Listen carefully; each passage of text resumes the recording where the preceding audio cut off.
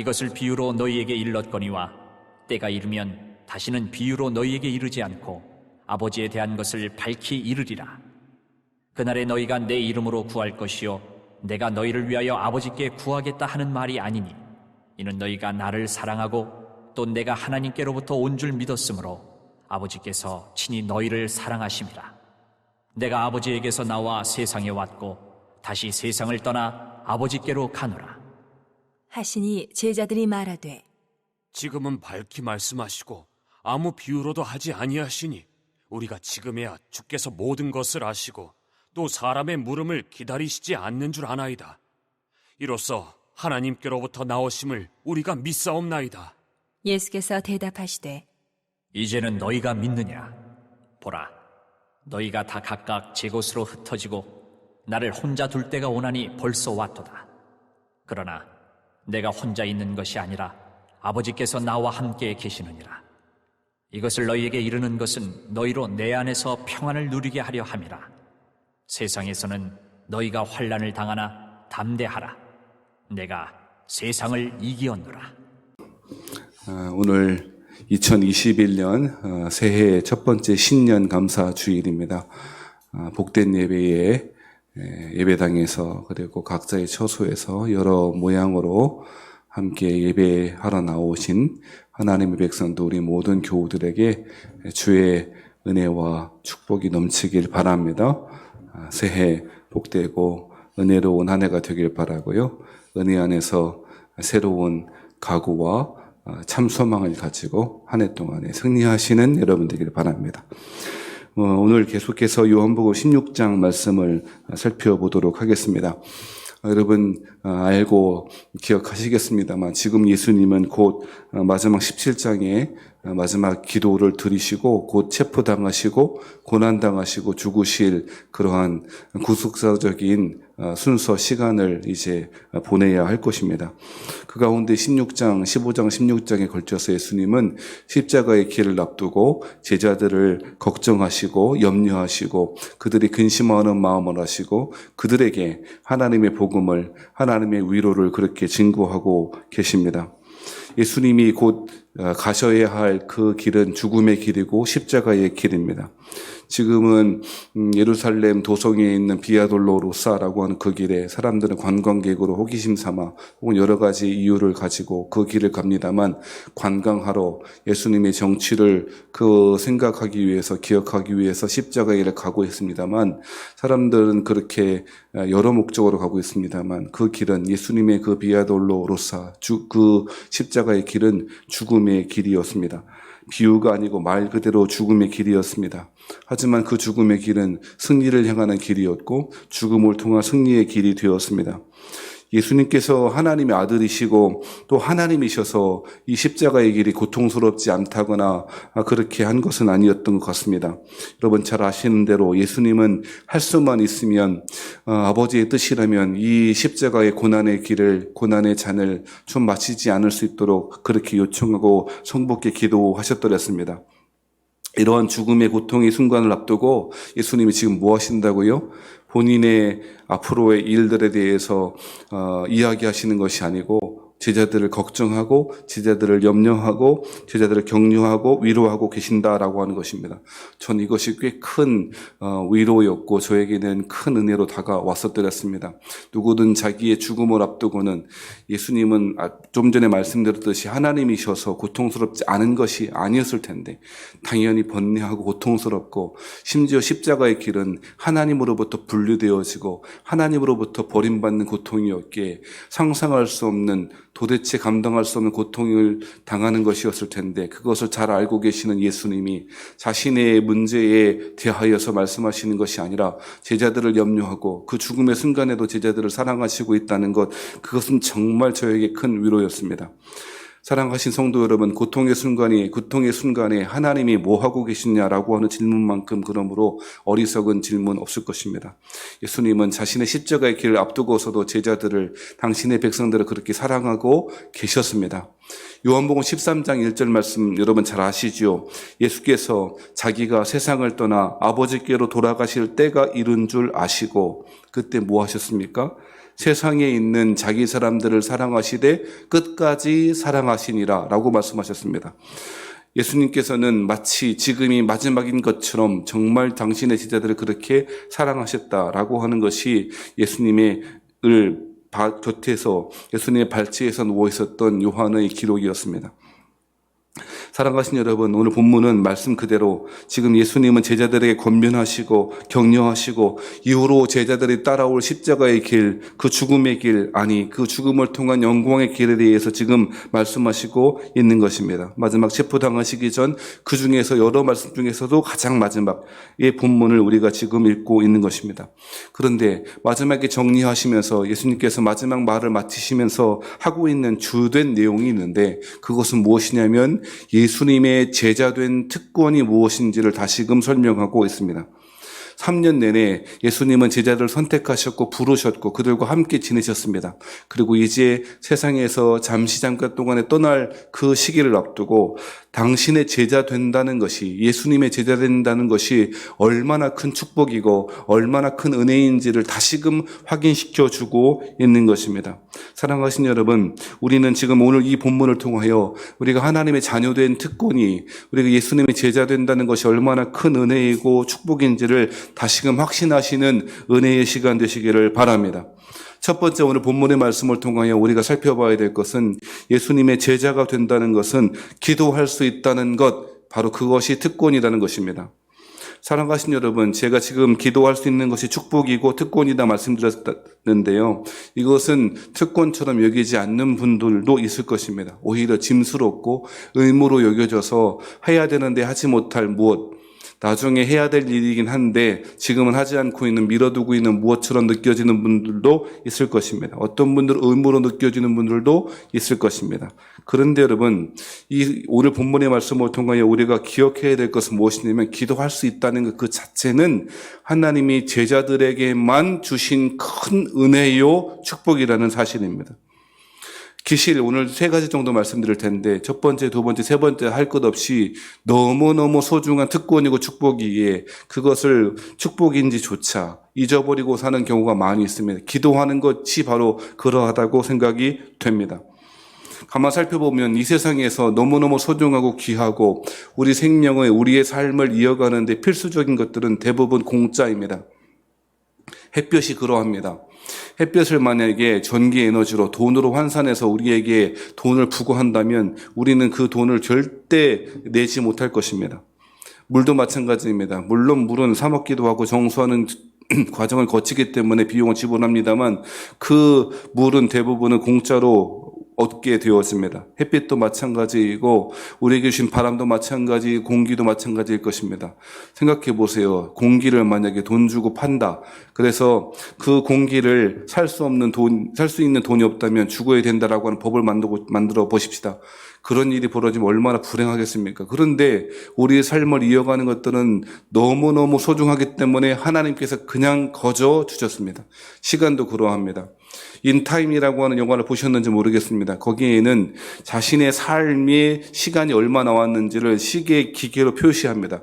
그리고 돈만 있으면 여기에 시간을 충전합니다. 그리고 충전한 만큼 그 돈을 통해서 시간을 사고 그 시간을 충전한 만큼 삶이 길어집니다. 그리고 그 시간을 지불하고 물건을 사기도 하고 그럽니다. 화폐의 단위가 돈이 아니고 시간이라는 것이죠.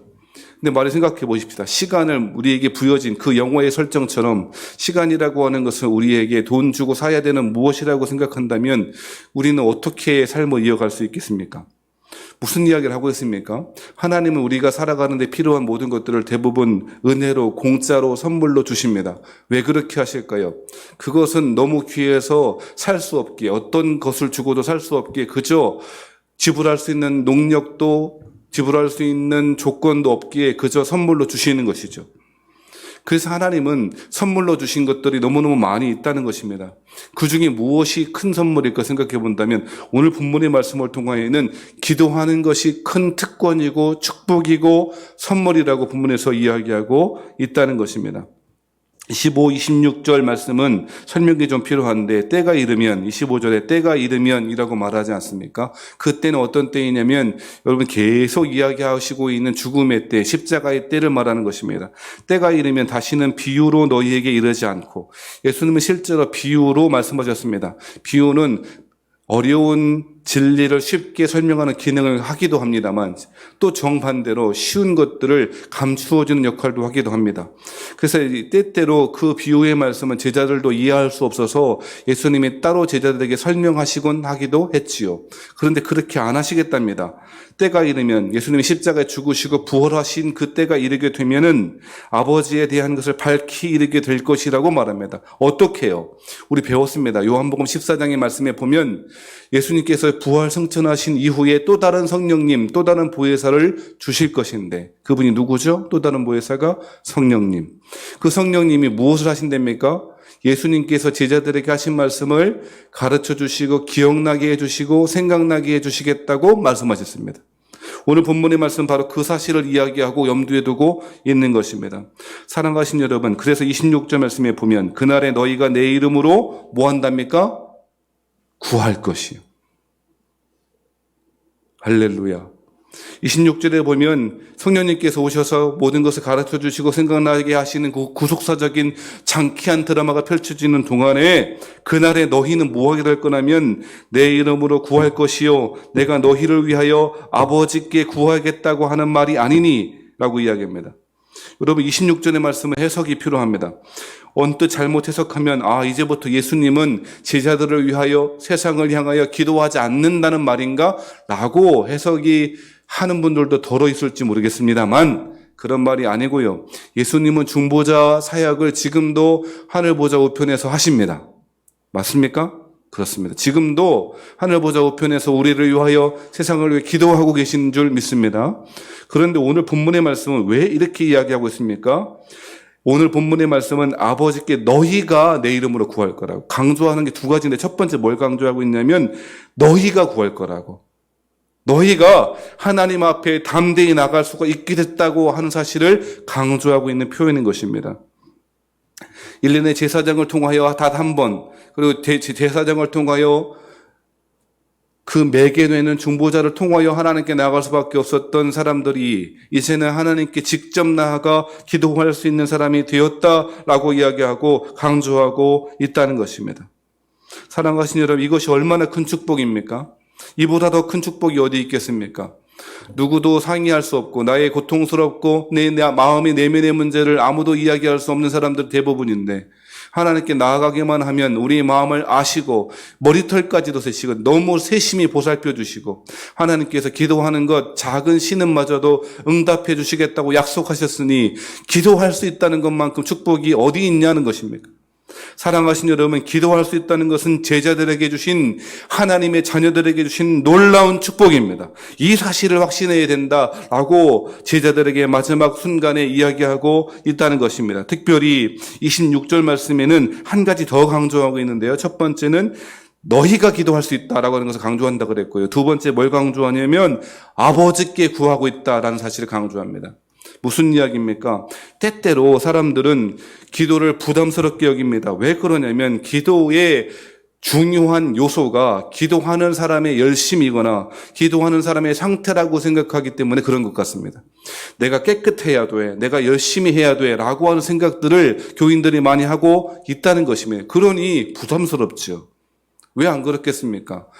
마치 큰 시험을 앞두고 있는 수험생들처럼 기도를 그렇게 받아들일 수 있을 것입니다. 하지만 오늘 본문에는 그렇게 말하지 않습니다. 내 이름으로 기도할 수 있다고 하면 된다고 나아가기만 하면 된다고 이야기하고 있을 뿐 아니라 두 번째로는 기도에 있어서 중요한 건 열심이 아니고 기도의 대상이 되시는 아버지 하나님을 아는 것이 훨씬 더 중요하다고 이야기합니다. 사랑하신 여러분, 기도의 핵심은 신자의 열심이 아닙니다. 그런 식으로 따지면 저 기도원에서 하루 종일 있어서 365일 동안 기도원에 틀어박혀 있어서 산에서 혹은 기도굴에서 계속 기도하는 사람이 가장 많은 응답을 받을 수 있을 것입니다. 하지만 전혀 그렇게 말하지 않고 기도는 열심이 아니라 노력이 아니라 우리의 어떤 큰 믿음이 아니라 믿음도 중요합니다만 그것이 아니라, 그것이 핵심이 아니라 기도의 대상이 되시는 아버지를 정확히 알고 그분께 기도하고 있다는 사실을 확신하는 것, 그것이 더 중요하다는 것입니다. 사랑하신 여러분, 우리의 기도를 받으시는 분이 아버지이심을, 근데 그 아버지는 너무너무 하나님의 자녀들을, 당신의 자녀들을 사랑하시고 제자들을 사랑하셔서 당신의 독생하신 아들조차도 주시는 만큼 사랑하신다면, 우리가 그 하나님께 기도하고 있다면 무엇이 문제가 되겠는가라고 지금 제자들에게, 12제자들에게 오늘 예배에 참여하신 여러분에게 말씀하고 있다는 것입니다. 그래서 주기도문의 시작은 어떻게 시작합니까? 하늘에 계신 우리 아버지, 하늘에 계신 우리 아버지라고 말합니다. 여러분, 기도함에 있어서 우리의 기도의 출발은, 우리의 근원은 아버지 되신 하나님을 인식하고 우리의 기도를 드리는 대상이시요, 우리의 기도에 응답하시는 분이시요, 우리의 찬미의 대상이신 아버지 하나님을 잘 아는 것, 그것이 기도의 핵심이라는 것입니다.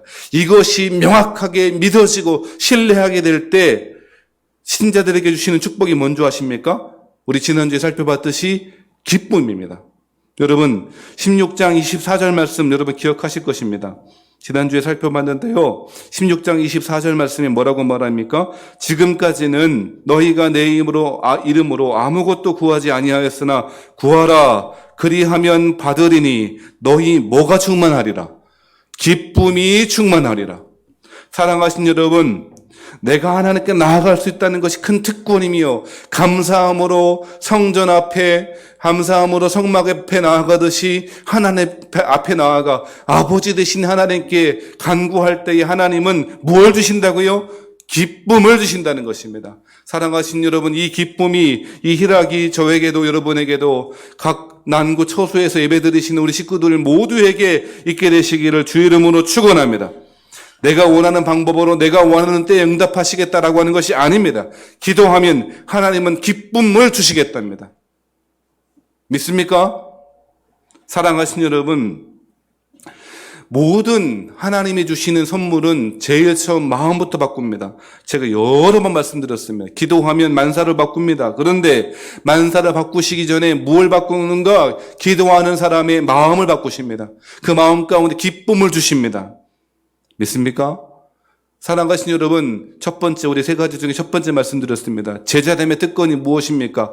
이 확신이 있어야 십자가를 앞두고 있는 예수님과 제자들이 하나 되어 기쁨을 누릴 텐데, 기도할 수 있다는 것, 그것이 얼마나 큰 축복이고 은혜인지를 다시금 마음에 확신하시는 여러분 되기를 바랍니다.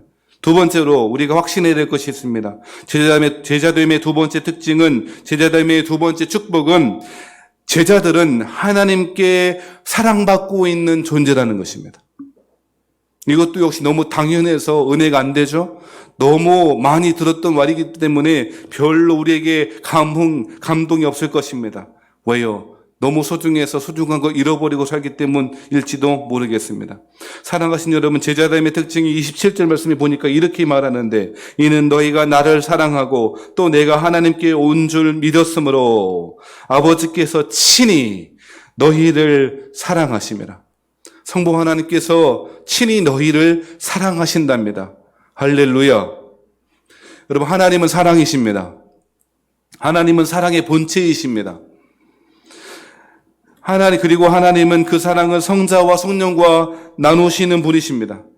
온전한 하나됨 머리로 성부와 성자와 성령은 그 삼위일체 하나님, 이 세 분 하나님은 서로 사랑하시는 분이었고 온전한 사랑으로 하나 되신 분이었습니다. 이 하나님의 내재적인 사랑의 관계가 자연스럽게 밖으로 흘러나갑니다. 온전한 사랑은 자신 안에 있는 사랑이 온전한 사랑이 아니므로 그 하나님의 사랑은 밖으로 흘러나가게 되어 있습니다. 그런데 이 넘치는 하나님 안에 있었던 그 넘치는 사랑의 종착지가 있다고 이야기하고 있는 것입니다. 그 종착지가, 이 사랑의 종착지가 어딘 줄 아십니까? 그것은 하나님의 백성들, 하나님의 자녀들, 오늘 예배드리는 하나님의 백성들, 우리 교회 식구들일 줄 믿습니다. 당신의 제자들이 그 하나님의 흘러 넘치는 사랑의 최종적인 종착지라고 오늘 본문에서 확신시켜주고 있다는 것입니다. 사랑하신 여러분, 조금 전에 말씀드렸듯이 이 하나님의 넘치는 사랑을 받을 만한 조건과 자격이 있는 사람은 아무도 없습니다. 어떤 한 사람의 사랑을 받을 만한, 한 사람의 인정을 받을 만한, 몇몇 사람들, 몇몇 집단에서 인정받을 만한 그런 자격이 있는 사람은 있을 수 있습니다.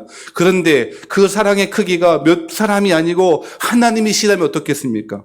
하나님이 주시는 그 사랑은 하늘로도 땅으로도 기록할 수 없는 그 광대하신, 도대체 표현할 수 없는 사랑인데, 그 사랑을 받을 만한 자격과 조건이 있는 사람이 어디 있겠습니까? 그러니 하나님은 그 하나님의 사랑을 조건 없이 나누어 주기로 결정하셨습니다. 할렐루야. 그래서 그 하나님의 사랑을 거저 받아들이는 사람은 하나님의 자녀가 되어지고 그리스도의 제자가 되는 것입니다. 이것이 지금 무엇을 통해서 이루어지고 있나? 그리스도의 십자가의 사역으로 명확하게 드러날 것입니다. 사랑하신 여러분, 지금 예수님께 25절 말씀에서 때가 라고 하는 말도 하고요. 28절 말씀에도 다시 아버지께로 떠나갈 때가 이르렀다라고 말씀하시는데, 그 때가 바로 십자가의 때고, 이 십자가의 사역이야말로 이 하나님의 안에서 있었던 넘치는 사랑의 최종적인 종착지인 제자들에게로 향하는 징검다리가 되어지고 사랑의 완성이 되어질 거라고 이야기하고 있다는 것입니다. 사랑하시는 우리 세원약교회 성도 여러분, 아무런 조건도 없이, 노력한 것도 없이, 행한 것도 없이 그저 우리를 하나님의 사랑의 대상으로 선택하시고 용납하시고 사랑의 교제를 나눌 수 있는 대상으로 변화시켜 주시는 이 하나님의 넘치는 사랑과 은혜를 확신하시는 여러분 되길 바랍니다. 이것이 제자됨의 특권이라는 것입니다. 자격과 조건을 채우려고 노력하지 마십시다. 그것은 반드시 실패할 것이기 때문에 그러합니다. 자격을 만들려고, 조건을 만들려고, 하나님이 이 정도는 했으니 응답해 주셔야 하는 것 아닌가라고 하는 조건을 만들려고 노력하는 것이 아니라 하나님의 이 넘치는 사랑에 감화하고 감동하고 감격하여 올 2021년 한 해를 살아가시는, 이 특권을 확신하고 살아가시는 저와 여러분 되시기를 주의 이름으로 축원합니다. 마지막 세 번째 특권이 있습니다. 우리가 확신해야 될 그 특권이 있습니다. 이것도 너무 소중해서 잊어버리고 사는 특권일 수 있습니다. 세 번째 특권은 무엇입니까? 제자들은 환난 중에서도 평안을 누릴 수 있다는 것입니다. 31절부터 33절 말씀에 이렇게 이야기합니다. 특별히 33절 말씀을 우리 같이 보시겠습니다. 33절에 뭐라고 이야기합니까? 이것을 너희에게 이르는 것은, 이제 예수님의 마지막 강화 전체를 가리키는 말입니다. 15장 16장에 걸친 모든 제자들을 향한 위로와 격려, 이것을 한마디로 요약하고 있는데, 이것을 너희에게 이르는 것은 너희로 내 안에서 평안을 누리게 하려 함이나. 사랑하신 여러분, 마지막 제자들에게 확신시켜 주시고 싶었던 것이 있습니다. 그것은 평안입니다. 그 평안은 어떤 평안입니까? 세상에서 얻을 수 있는 평안이 아니고 내 안에서 평안을 누리게 함이라. 예수님 안에 있을 때에 주어지는 평안, 하나님 안에 있을 때에 주어지는 그 평안을 확신하라고 이미 누리고 있다고 이야기하고 있습니다. 그런데 이 평안은 환난이 없는 상태를 말하는 것이 아닙니다. 오히려 환난을 당할 것이나 그 환난 가운데 담대함으로 세상을 이기게 되는 평안이라고 말합니다. 그저 이제는 마음의 위로, 격려, 소망 이 정도에서 한 걸음 더 나아가 세상을 이기는 이 담대함이 주는 평안함을 제자들이 누리게 될 거라는 것입니다. 할렐루야. 사랑하신 여러분, 제자들은 이 환난을, 이 특권을, 이 평안을 경험하게 될 것이라고 주님 지금 이야기하고 싶어 합니다. 세상 모든 사람들은 복을 받고 싶어 합니다. 연말과 연초가 되면 우리는 서로 복을 빌어줍니다. 그리고 평안하기를 한 해 동안 아무 일 없이 잘 지내라고 그렇게 덕담하고 합니다. 하지만 그것은 그저 덕담일 뿐이지 그 평안을 우리는 줄 수도 없고 경험할 수도 없습니다. 사람들은 문제가 없는 상태, 문제가 없는 삶의 조건들이 그것이 평안을 주는 것이라고 착각합니다. 하지만 전혀 그렇지 않습니다. 그렇게 돈이 많다고 하는 삼성의 회장들, 전 세계의 재벌들이 과연 평안할까요? 코로나 사태 때문에 미국에서 진짜 잘 나가는 회사가 하나 생겼는데 그게 아마존이라더군요. 아마존이 뭐 몇 조를 벌었다나요? 그렇답니다. 사람들이 오프라인이 사지 못하니까 온라인으로 더군다나 우리나라 사람들도 아마존에 사지 않습니까? 저도 전자기기 하나를 아마존에 사봤는데요. 미국에서 오는데 진짜 빨리 오더라고요. 한 3일 만에 오더라고요. 그러니까 사람들이요, 더군다나 코로나 때문에 얼마나 많이 그렇게 물건을 사는지 몰라요. 그런데 그렇게 돈을 많이 벌었다고 하는 아마존의 CEO 그 회장 이름이 갑자기 생각 안 나네. 베스 뭐든지. 그 사람이 얼마나 욕을 먹는지. 사람들을 해고하고요. 점점 기계화하고 점점 더 효율화한다고 하는 명목으로 사람들 해고하고 이 어려울 때 그러니까요. 자기는 몇 조 원씩 이번에 1년 동안에 벌고 있는데 사람들 해고하니까 얼마나 욕을 받고 있는지. 여러분 그렇게 몇 조 원을 버는 그 회장이 아마존의 회장이 평안할까요? 돈이 많으면 평안하다고요? 아니요. 돈이 많다고 평안하지 않습니다. 지난주에도 말씀드렸지 않습니까? 지난주가 아니군요. 송구영신 예배 때.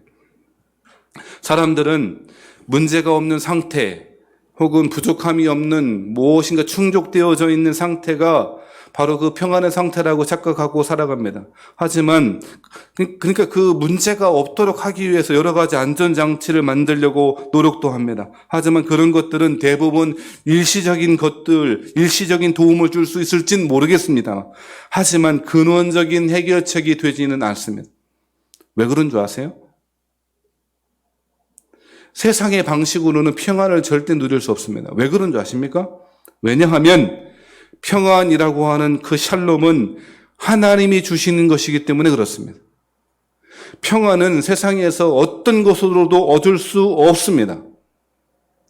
아무리 불교식으로 말하자면 자신 안에 있는 본내를 끊겠다고 무건 수행을 하고 면비 수행을 하고 해도 자신 안에 일어나는 그 불안과 공포와 좌절과 채워지지 못한 삶의 텅 빈 공간들은 그 어떤 것으로도 채울 수 없기 때문에 그러합니다. 왜요?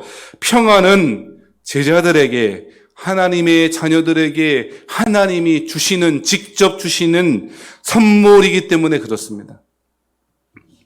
우리가 늘 기도하듯이 축복 기도할 때 말씀드리고 하듯이 이 샬롬이라고 하는 것은 세상에 줄 수도 없으며 알 수도 없는 고유한 제자들의 특권이기 때문에 그러합니다.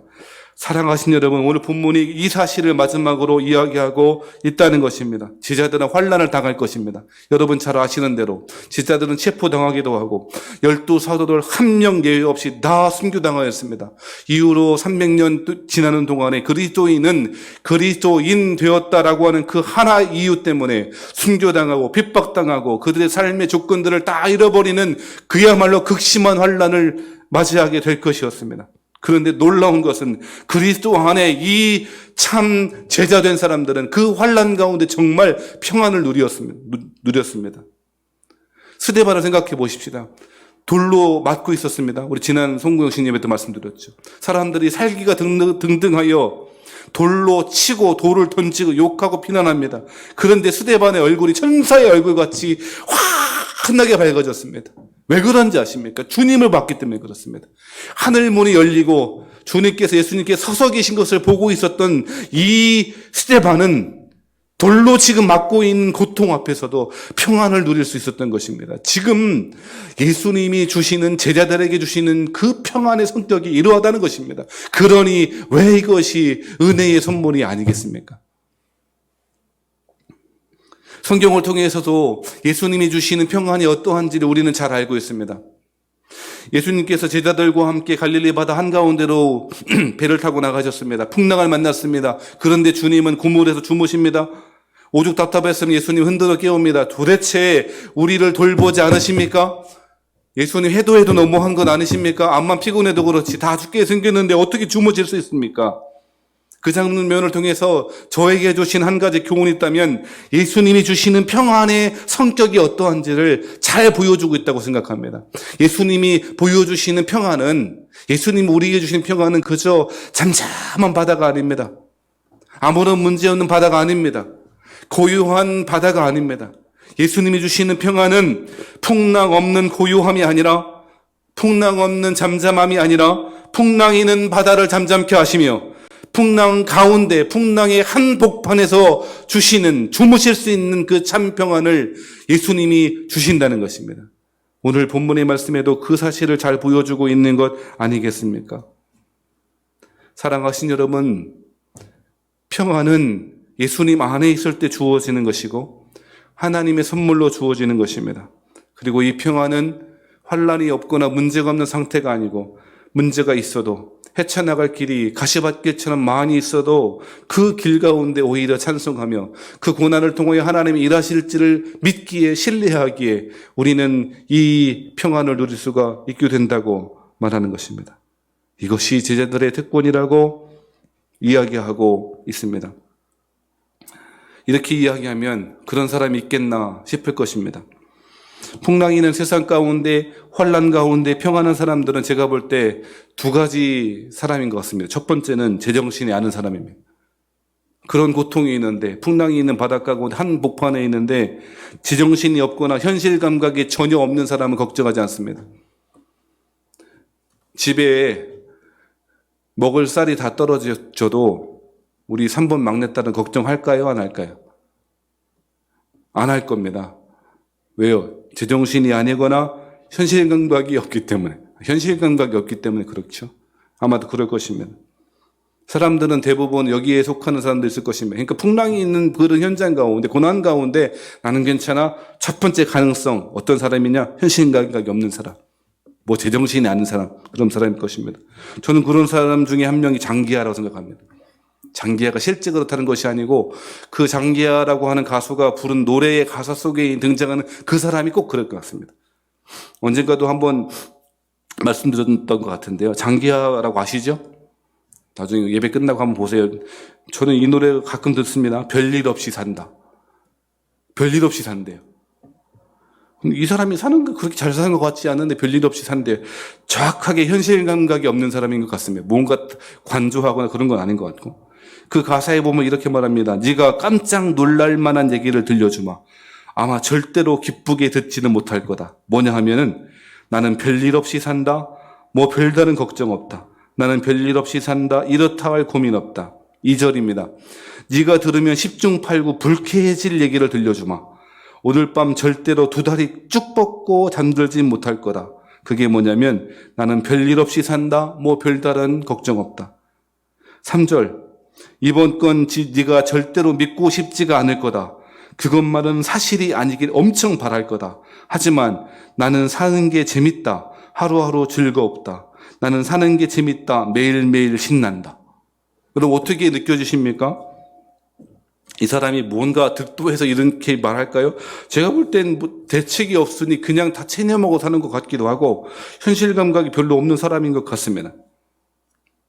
이러한 가짜 평안 말고요. 난 별일 없이 살아. 나 별일 아무 상관없어. 난 사는 게 즐거워. 그렇죠?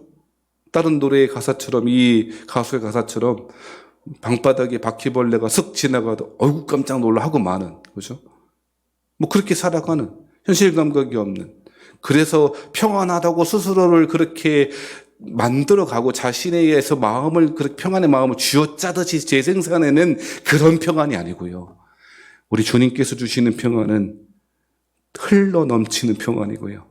하나님이 주셨기에 그 어떤 것으로도 빼앗아갈 수 없는 평안이 우리 안에 제자들에게 주시는 평안이라고 이야기하는 것입니다. 사랑하신 성도 여러분, 2021년 한 해 신년 감사주일을 맞으면서 오늘 예수님께서 제자들에게 당신의 백성들에게 하시고 있는 이 말씀을 귀 기울여 들으시는 여러분들에게 바랍니다.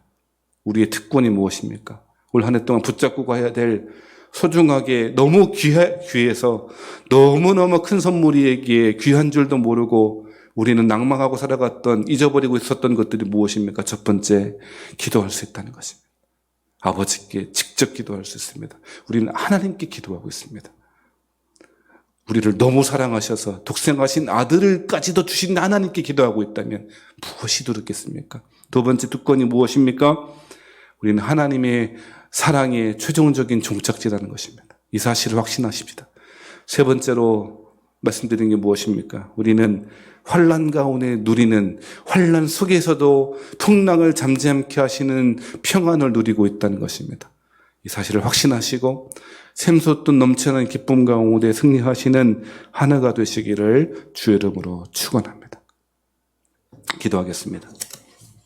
하나님 아버지, 2021년 이렇게 예배함으로 시작합니다. 사랑하는 우리 세원역교회 모든 교우들이 제자됨의 특권을 이미 받았고 이미 이 사랑 가운데 이 기도의 응답의 특권 가운데 살아가고 있음을 확신하고 이 놀라운 특권을 누리며 살아가는 2021년 복된 한 해가 되게 하여 주옵소서. 우리 구주 예수님 거룩하신 이름 받들어 감사하며 기도드리옵나이다. 아멘.